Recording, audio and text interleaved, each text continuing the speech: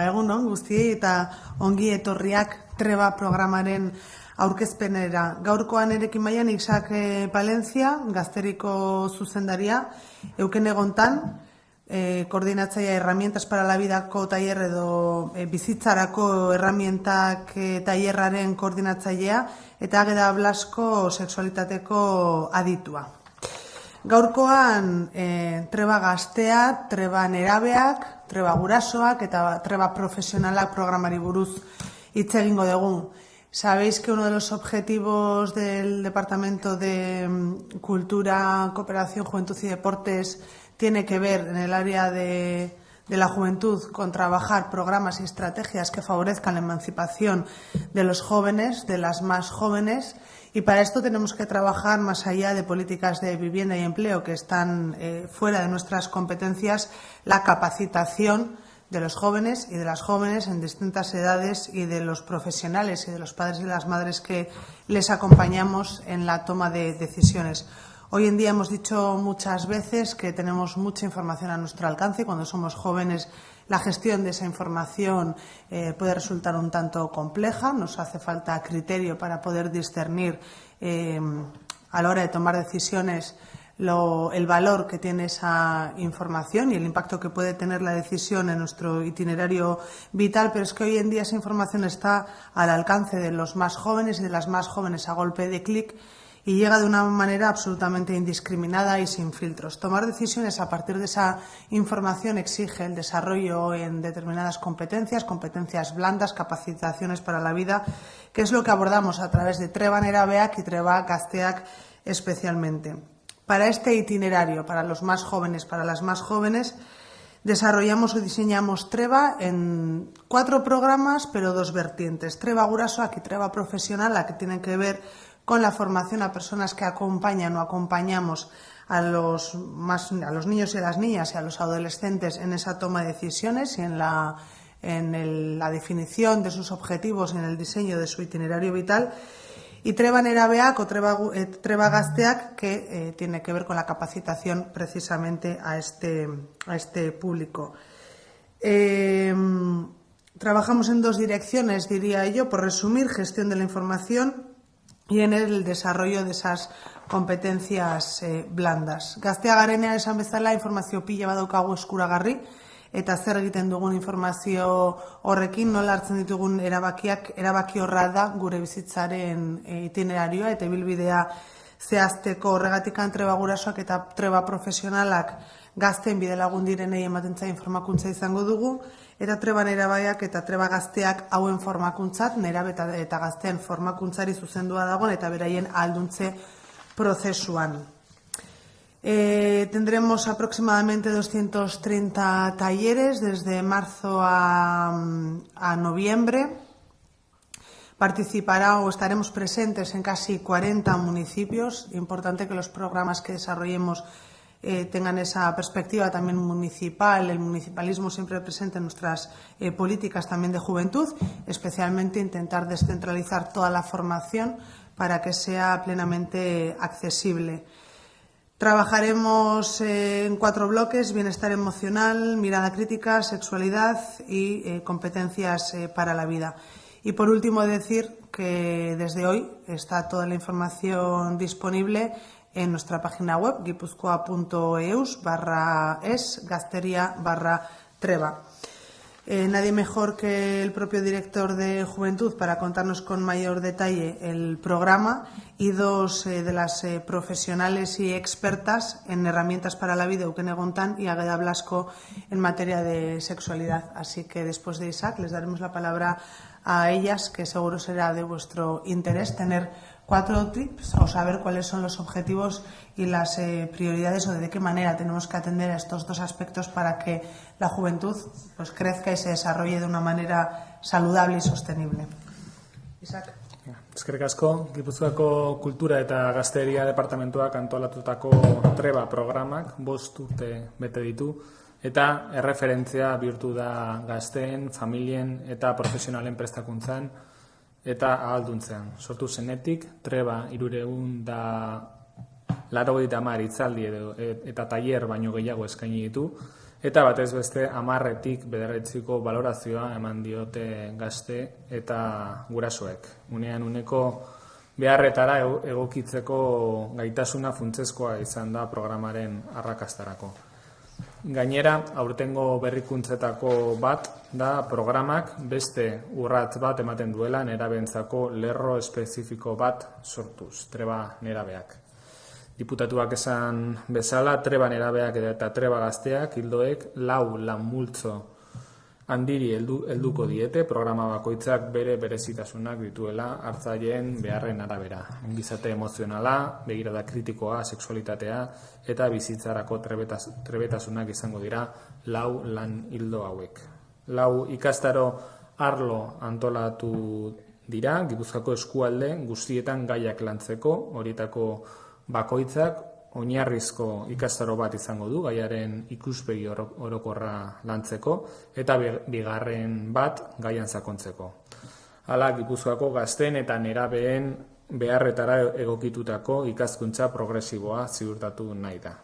Como decía, se han organizado 4 bloques temáticos para que en todas las comarcas de Guipúzcoa se trabajen los temas anteriormente mencionados. Cada uno de los bloques contará con un curso básico que abordará una visión global del tema y luego un segundo taller, una segunda formación para profundizar en el mismo, asegurando un aprendizaje progresivo y adaptado a las necesidades de los y las jóvenes adolescentes de Guipúzcoa. Una de las grandes valores que tiene estos 2 programas, Treba Gazteak y Treba Nerabeak, con el despliegue territorial que va a tener, es sobre todo que junta el conocimiento de la parte técnica de la Diputación, la colaboración con grandes profesionales, que luego contamos aquí, como decía la diputada, con 2 de ellas que nos trasladarán más especificaciones sobre cada uno de los bloques,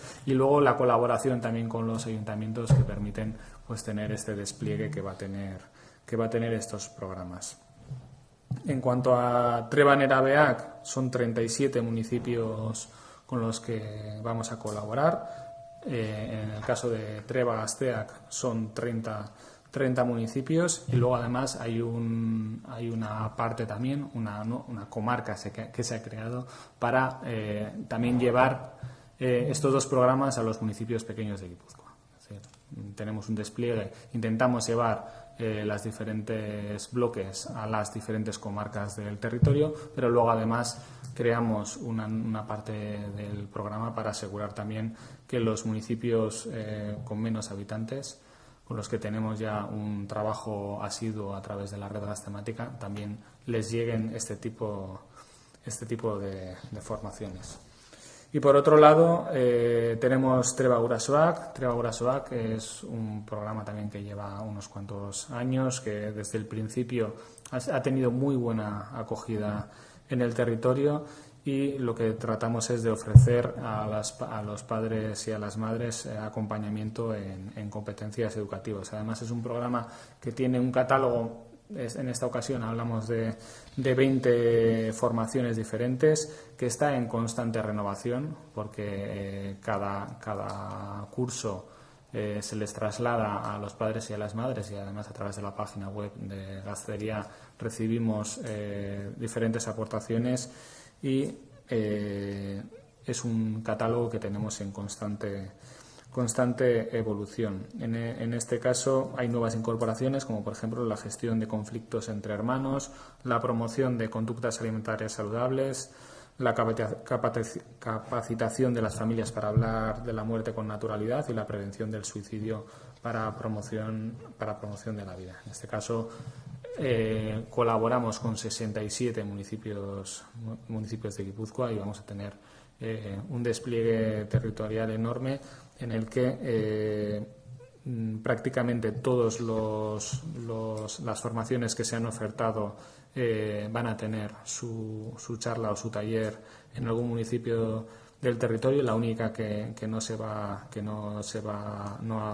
sido solicitada es la del consumo de sustancias, pero en general los últimos años las que más acogida están teniendo es el tema estrella, una de las preocupaciones más importantes de las padres y las madres es la salud mental.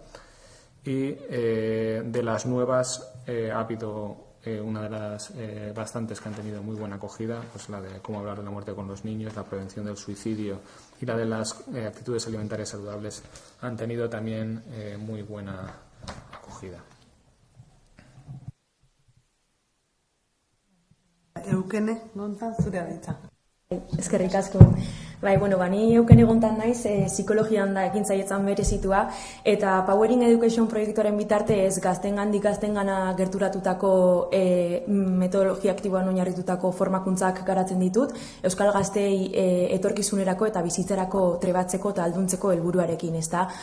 Azken finean argi dago gaur egungo kontekstu aldakor honetan bizitzako erronkei aurre egiteko gaitasunak landu behar ditugula, baita ere ziurgabetasun honen aurrean kudeatzen jakiteko egoera berri hauek, eta noski baita ere aniztasunean oinarritutako elkarbizitza hau aurrera eramaten jakiteko, eta ez da, beti irizpide eta balio pertsonaletan oinarritutako ibilbideak sortzeko.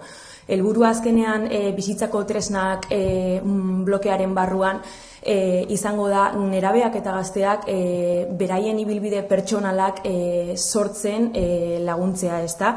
Horretarako nire kasuan, lau saio ezberdin egongo naiz aurrera eramaten, Gipuzkoako eskualde ezberdinetan zehar, neraben kasuan 2 izango dira eta gazten kasuan beste 2, ezta.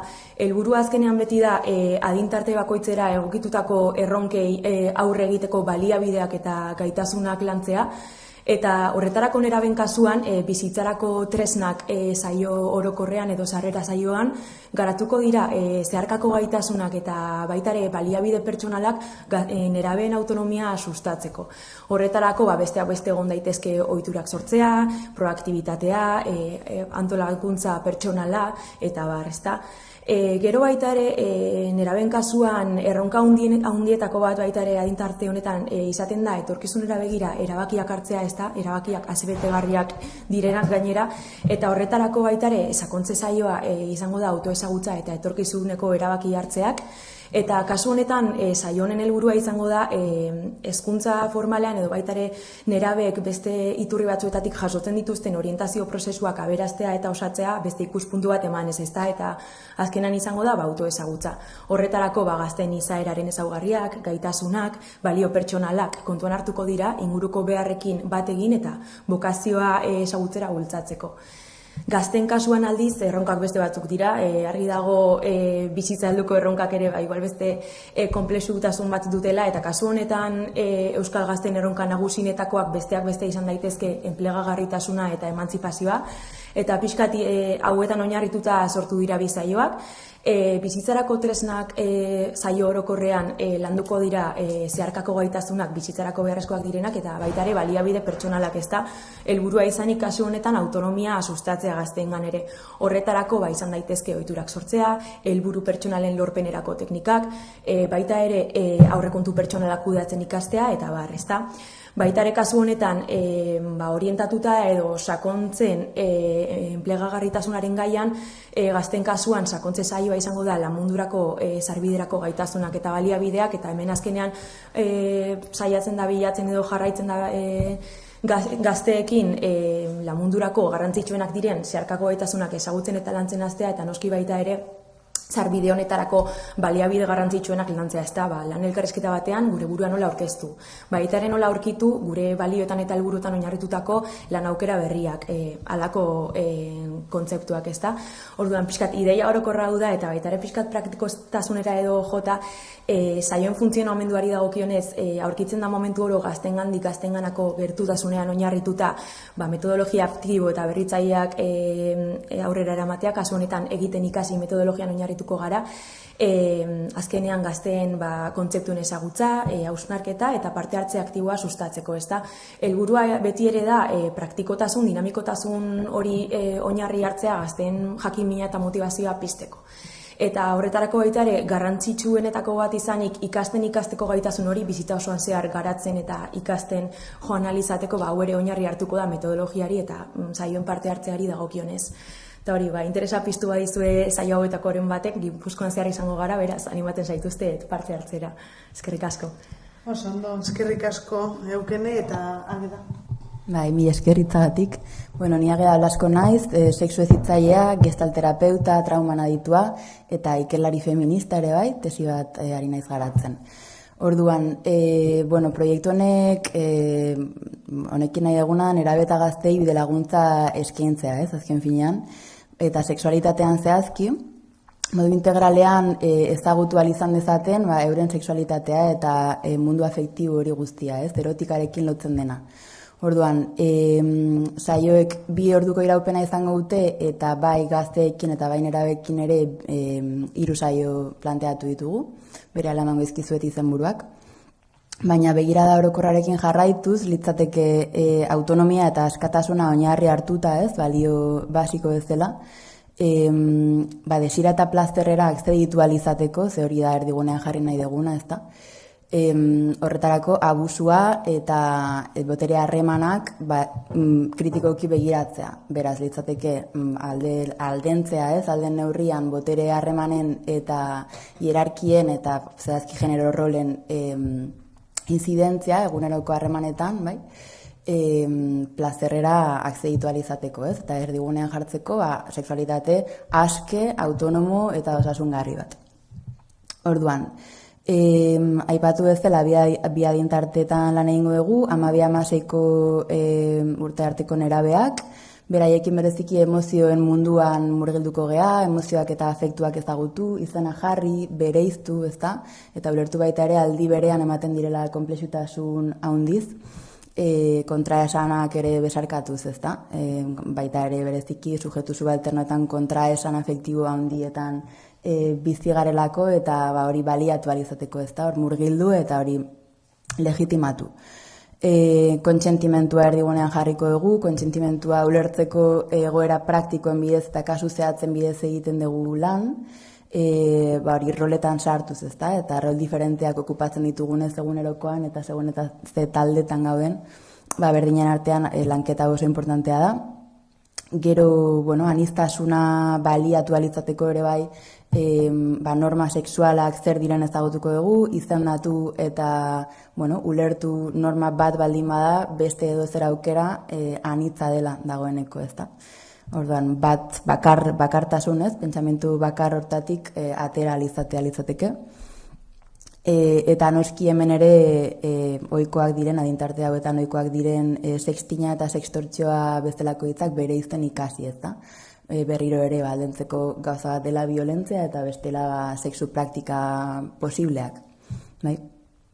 Eta gero bigarren adintartean, 17-14 urteko gaztei zuzendua dagoena, gehiago sakonduko dugu autonomia sexualean, hori zer den, hau da, norberaren bizitzaz bakargo egin alizatea, ardura hori hartzea eta sexualki ere bai. Orduan nahi ditugun ibilbideak eta aukerak egin alizateko, esplorazio horretan trebatu, ezta?